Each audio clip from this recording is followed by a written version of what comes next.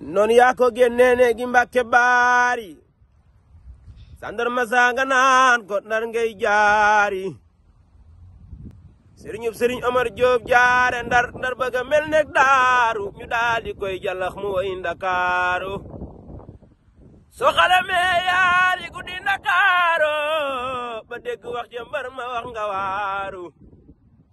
Asalaamaaleykum wa rahmatullahi wa barakaatu mbokk taalibe yi ñu ngi leen di nuyu bu baax di leen ziare seen mbokkum taalibe Serigne Fallou Akassa di leen fàttali rek màggalu Serigne Omar Diop fële ca Mbàkke Bawal ñu ngi leen koy fàttali bu baax a baax mu nekk après tabaski 4e jour après tabaski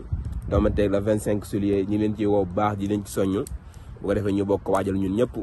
ñu ngi ñaanal mbokk taalibe yëpp saa borom defal leen tawfiix ak fikk ak jàmm barke borom Tuubaa ak xasaayid Cheikh Mahamadul Muntaxa yàlla na fi yàgg te wér Serigne Cheikh Jëmb Fall yàlla na fi yàgg loolu te wér barke Serigne Saliou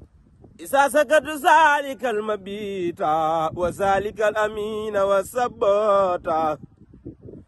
tarak ilal jihadi bilar mayi nafsi walakin sabba anil mayi nafsi walakin sabba anil mayi nafsi walakin sabba anil mayi nafsi walakin sabba anil maya nafsi walakin sabba anil mayi